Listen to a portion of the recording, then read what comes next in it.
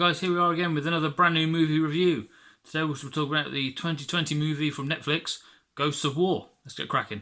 Now this movie is set during the later stages of World War II. You're following a group of American soldiers on their way through France to occupy and hold a French castle. When they get there, there's already some of their fellow soldiers there.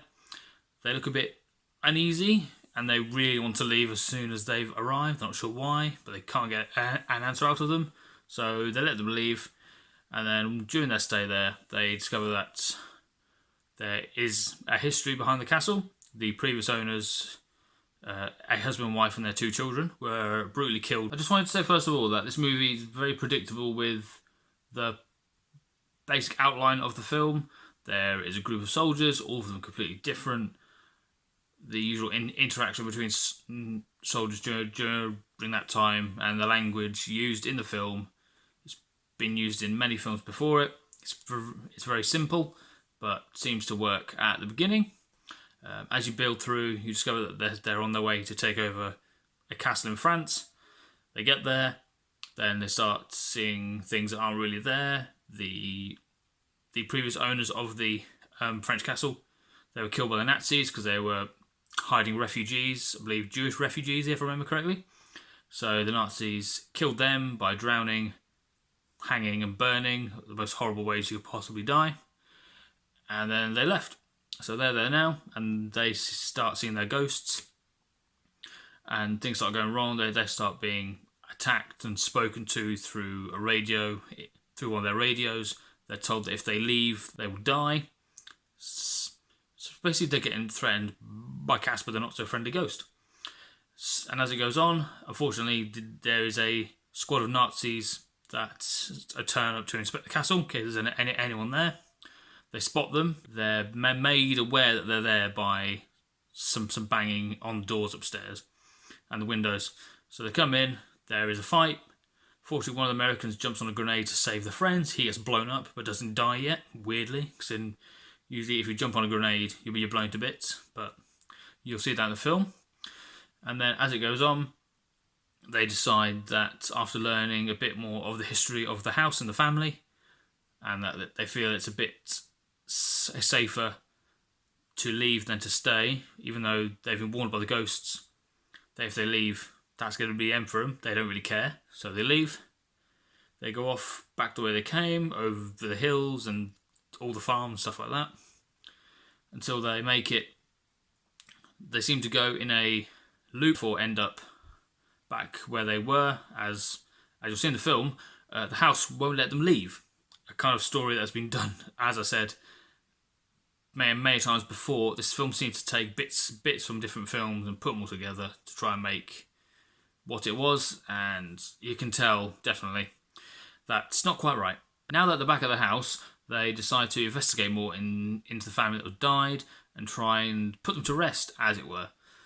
But as they do that, because eventually they do find where the bodies were buried, they decide to find a way to lay the spirits of the dead family to rest. They then discover through, unfortunately, kind of enticing the spirits to come after them. One of them gets dragged out of the house through the woods that are around the castle to where the bodies are. So essentially the spirits are leading them to where they were buried, and then they decide, right, this is not where they should be buried. We should lay them to rest nicely, give them a proper send-off. Unfortunately, as usual, they find out too late that laying them to rest respectfully gives them more power, makes them even more angrier and violent, to the point where they can physically be in front of them and attack them. There is then a standoff between the American soldiers and the spirits of the family in a more physical form. There seems to be like an electrical field around them as well, so they can be blown up and stabbed as many times as they want. Doesn't really do them, but yeah, it looks like they can be. You can tell that they're being stabbed and shot, and you can see the holes and the blood coming out, but it does nothing to them at all. And then randomly, one of them wakes up, but when they wake up, It's in a futuristic hospital, and he looks around, and there's all 4 of his squad on tables like him in a big white room with a big hologram in the middle that's showing what he was, where he was, but turns out he's dreaming. Again, this has been done in many films. This film, to be honest, it's a blend of, for me, it's like the British horror movie Outpost and the Jake Gyllenhaal movie Source Code. It's a bit like that, and there's a few other war movies as well. Outpost was the only one I could think of that involved a group of soldiers going somewhere. Well, the person that I've watched quite a lot. It's one of my favourite films of that kind of genre.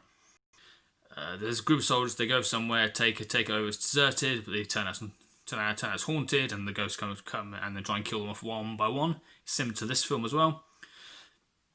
And the element for the reference to source code is they find the young lad that wakes up, played by BrentonThwaites, who's been in his fair share of Hollywood blockbusters.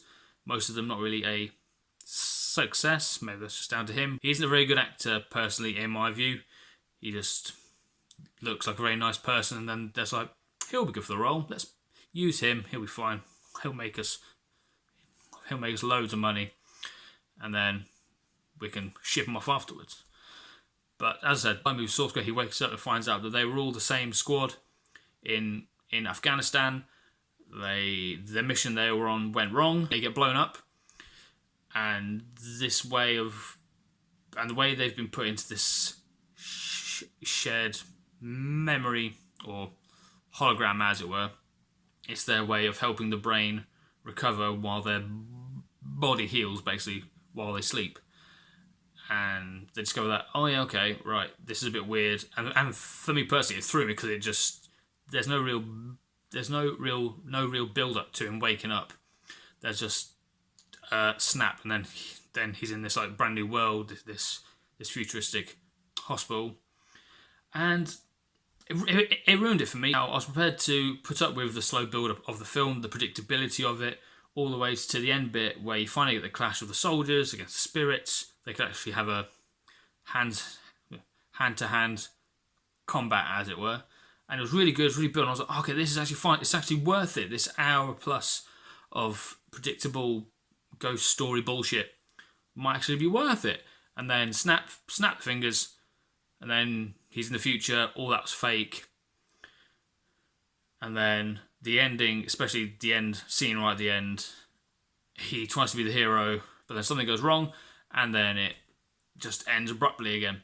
And you're just like, is that it?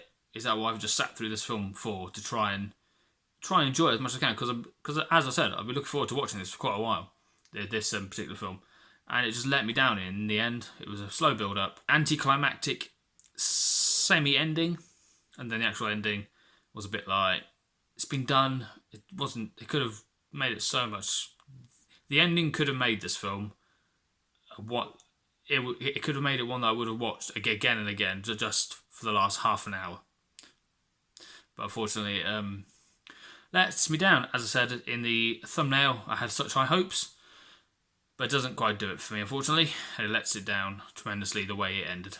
Right, guys, that is it for this brand new movie review. Hope you have enjoyed it.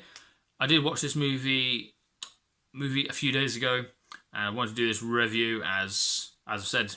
If you reach this far in the episode, it let me down quite a bit, and I just wanted to talk about it because it is a good film. The build-up is a bit slow, as I've said. To get to the anticlimactic ending was a disappointment, but overall, just for the special effects they used and the scares and the detail, I guess, in the uniforms and the accuracy, get back some of the respect for this film. But overall, unfortunately, let me down. But please go watch it. It is worth a watch just to enjoy. I think them trying to do a good ghost movie during the war, but I don't think they've been able to do that really since The Outpost and Death Watch, which are both British films. So please go watch them as well. I highly recommend those. If you have enjoyed the content and you want to support this channel in some way, don't forget to go click subscribe, leave a like, click the notification bell, and leave a lovely comment. If you feel like it, it'd be much appreciated. I'll see you next time, guys. Thank you for watching. Bye bye.